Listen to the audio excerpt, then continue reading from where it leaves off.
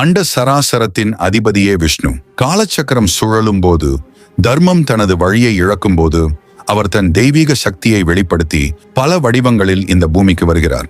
அந்த 10 அவதாரங்களின் கதை வெறுமனே கதைகள் அல்ல, அவை ஒவ்வொன்றும் பிரபஞ்சத்தின் விதிகளையும் மனிதனின் பரிணாம வளர்ச்சியையும் விளக்கும் மிரள வைக்கும் உண்மையின் தரிசனங்கள். இனி நாம் காணப்போவது விஷ்ணுவின் கோபத்தையும் கருணையையும் அளவற்ற ஆற்றலையும் வெளிப்படுத்தும் அந்த 10 பிரம்மாண்ட நிகழ்வுகள். மத்ஸ்ய அவதாரம். சத்திய யுகத்தின் இறுதியில் ஒரு கொடிய பிரளயத்தின் மூலம் உலகம் மூழ்கத் தொடங்கியது. 4 வேதங்களும் ஒரு அசுரனால் திருடப்பட்டு ஆழ்கடலின் இருளில் மறைந்தன. அப்போது சத்தியவிரதன் என்ற முனிவர் கையில் ஒரு சிறிய மீன் வந்து சேர்ந்தது. அவர் கண்ணெதிரிலேயே அந்த மீன் கன நேரத்தில் ஒரு மாபெரும் வடிவமாக வளர்ந்தது. மத்ஸ்ய அவதாரம் எடுத்து அந்த மாபெரும் வெள்ளத்தில் நீந்தி சென்ற ஸ்ரீமன் நாராயணன் வேதங்களையும் உயிர்களை சுமந்த படகையும் காத்தார். இந்த அவதார கதைதான் உலகில் நீதியையும் நம்பிக்கையையும் காப்பாற்ற கடவுள் எப்போதுமே வருவார் என்ற முதல் எச்சரிக்கை. கூர்ம அவதாரம். சாகா வரம் தரும் அமிர்தம் வேண்டி தேவர்களும் அசுரர்களும் பார்க்கடலை கடைந்தனர். அது அமைதியான செயல் அல்ல, அது பல ஆயிரம் வருடங்கள் நடந்த ஒரு வேதனை மிகுந்த யுத்தம். மந்தாரமலை கயிற்றைப் போல பயன்பட்டாலும் அதன் பிரம்மாண்ட எடையை தாங்க முடியாமல் ஆழத்தில் மூழ்க ஆரம்பித்தது. அந்த பிரம்மாண்ட மலையை தாங்க ஆதிசேஷனின் மேல் ஆமை வடிவத்தில் கூர்ம அவதாரம் எடுத்தார் மகாவிஷ்ணு. அவர் தாங்கிய முதுகெலும்பில்தான் பிரபஞ்சமே ஒரு நொடி நிலைத்தது. கடைந்த போது முதலில் வெளிவந்தது அமிர்தம் அல்ல, இந்த பிரபஞ்சத்தையே அழிக்கக்கூடிய ஆலகால விஷம். வராக அவதாரம். உலகை குலுக்கிய இரண்யாட்சன் என்ற கொடிய அசுரன் தன் பலத்தால் பூமாதேவியை சுருட்டி பாதாள லோகத்திற்கு கொண்டு சென்று விளையாடினான். பகவான் விஷ்ணுவின் மூக்கிலிருந்து வெளிப்பட்ட ஒரு சிறு பன்றி கண்மூடி திறக்கும் நேரத்தில் ஒரு வலிமை மிக்க வராகமாக உருவெடுத்தது.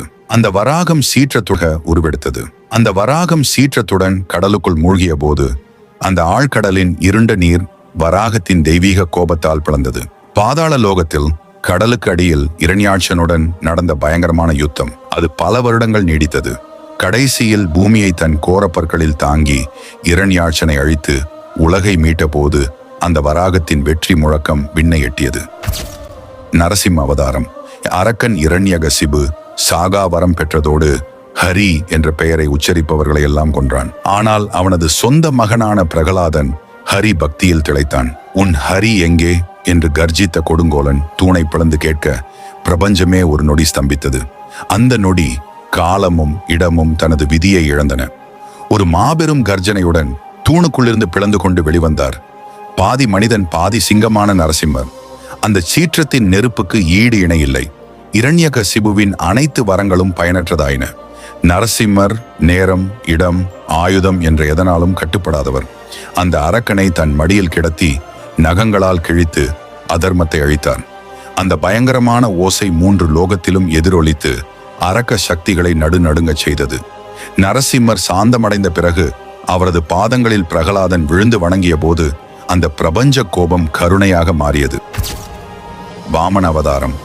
3 உலகங்களையும் வென்ற அரசன் மகாபலி தன் அகந்தையால் உலகை ஆளத் துணிந்த போது தேவர்கள் அனைவரும் நடுங்கினர். அப்போது மகாவிஷ்ணு குள்ளமான ஒளி பொருந்திய வாமன அவதாரம் எடுத்து யாசகம் கேட்க வந்தார். எனக்கு என் காலால் அளக்கும் 3 அடி நிலம் போதும் என்றார் அந்த சிறு பாலகன். அகந்தை கொண்ட பலி அரசன் சிரித்துக்கொண்டே சம்மதம் அளித்தான். பலி அரசன் சம்மதித்த அடுத்த கணம் அந்த வாமனன் விஸ்வரூபம் எடுத்து வானுக்கும் பூமிக்குமாக பிரம்மாண்டமாக உயர்ந்த போது பிரபஞ்சமே ஒரு பேரொளியுடன் சிலிர்த்தது. ஓரடியால் பூலோகத்தையும் மற்றொரு அடியால் தேவலோகத்தையும் அளந்தார். 3வது அடிக்கு இடமில்லாத போது தன்னுடைய தலையையே அளித்தான் பலி. பரசுராம அவதாரம். தர்மம் சீர்குலைந்தது. சத்திரியர்கள் அகங்காரத்தால் நீதி தவறி முனிவர்களை துன்புறுத்தினர். கார்த்தவீரிய அர்ஜுனன் பரசுராமரின் தந்தையின் ஆசிரமத்தை அழித்து பசுவை திருடிச் சென்றான். குருதியை பழிவாங்க கோபத்தின் கடவுளாக தன் கையில் இருந்த தெய்வீக கோடாலியுடன் பரசுராமர் எழுந்தார். அவர் சினத்தால் உலகம் அதிர்ந்தது. தன் தந்தையை இழந்த கோபம் ஒரு பக்கம், அதர்மத்தை அழிக்கும் கடமை மறுபக்கம். 21 முறை இந்த பூமியை சுற்றி வந்து அகங்கார சத்திரியர்களை அவர் அழித்தார். தர்மத்தின் உருவமாக, ஒழுக்கத்தின் இலக்கணமாக, அயோத்தியின் இளவரசனாக ராமர் அவதரித்தார். ஆனால் விதி அவரை காட்டிற்கு அனுப்பியது. சக்கரவர்த்தியாக இருக்க வேண்டியவர் தசரத மைந்தனாக இல்லாமல் வெறும் ராமராக கானகத்தில் நடந்தார். இராவணனால் சீதை கவர்ந்து செல்லப்பட ராமர் அனுபவித்த பிரிவின் சோகம் வானையே உலுக்கியது. அந்த சோகம்தான் சேது பாலமாக மாறியது. இலக்குவனை மீட்க சஞ்சீவி மலையை எடுத்து வந்த மாருதியின் வேகம் மரணத்தையே ஒரு நொடி உறைய வைத்தது. 10 தலை அரக்கனான இராவணனை தன் ஒரு அம்பால் அழித்து தர்மத்தை நிலைநாட்டி ராஜ்யத்தை நல்லாட்சி செய்தார். கிருஷ்ண அவதாரம். யது குலத்தில் இருண்ட சிறைச்சாலையில் தோன்றிய மகாவிஷ்ணுவின் பூரண அவதாரம்தான் ஸ்ரீ கிருஷ்ணர். ஒரு கையில் வெண்ணெய், மறு கையில் புல்லாங்குழலுடன் அற்புதங்கள் நிகழ்த்தியவர். கோபத்தை தணிக்காத இந்திரனிடமிருந்து மக்களை காக்க கோவர்த்தன மலையை தூக்கி நிறுத்திய அந்த அதிசயம் இயற்கையின் கோபத்தையே வென்றது. மகாபாரத போரில் அர்ஜுனன் போரிட மறுத்தபோது கிருஷ்ணர் தன் உண்மை வடிவான விஸ்வரூபத்தை காட்டி காலத்தின் சாரத்தையும் பிரபஞ்சத்தின் எல்லையற்ற தன்மையையும் உணர்த்தினார். அர்ஜுனனுக்கு போதித்த பகவத்கீதை இன்றும் நம் வாழ்வின் வழிகாட்டியாக ஒளிர்கிறது. கடமையை செய், பலனை எதிர்பாராதே என்ற அதன் தத்துவமே உலகை வழிநடத்துகிறது. புத்த அவதாரம். ஆசையே துன்பத்திற்கு காரணம் என்று உணர்ந்த ஒரு இளவரசன் அரண்மனை சுகங்களையெல்லாம் துறந்து தன்னை தேடிச் சென்ற போது விஷ்ணுவே புத்தராக அவதரித்தார். அகிம்சை, தியானம் மற்றும் கருணை என்ற 3 வழிகளை உலகிற்கு உணர்த்தினார். மனிதர்கள் அனைவரும் சமம் என்று பிரகடனம் செய்தார். கல்கி அவதாரம். நாம் வாழும் இந்த கலியுகத்தின் முடிவில் அதர்மம் அதன் உச்சத்தை அடையும் போது நீதி செத்து மனிதன் மிருகமாக மாறும்.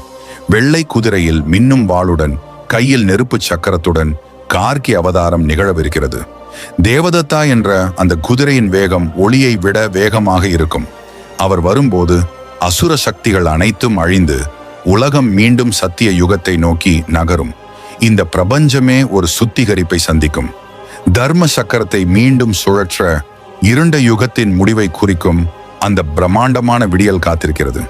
மத்ஸ்யம் முதல் கல்கி வரை விஷ்ணுவின் ஒவ்வொரு அவதாரமும் நமக்கு உணர்த்தும் செய்தி ஒன்றே: தர்மத்தை விட வலிமையான சக்தி இந்த பிரபஞ்சத்தில் வேறு இல்லை. இந்த பிரம்மாண்ட சக்தியை பற்றி நீங்க என்ன நினைக்கிறீங்க? கமெண்ட் செய்து சொல்லுங்கள்.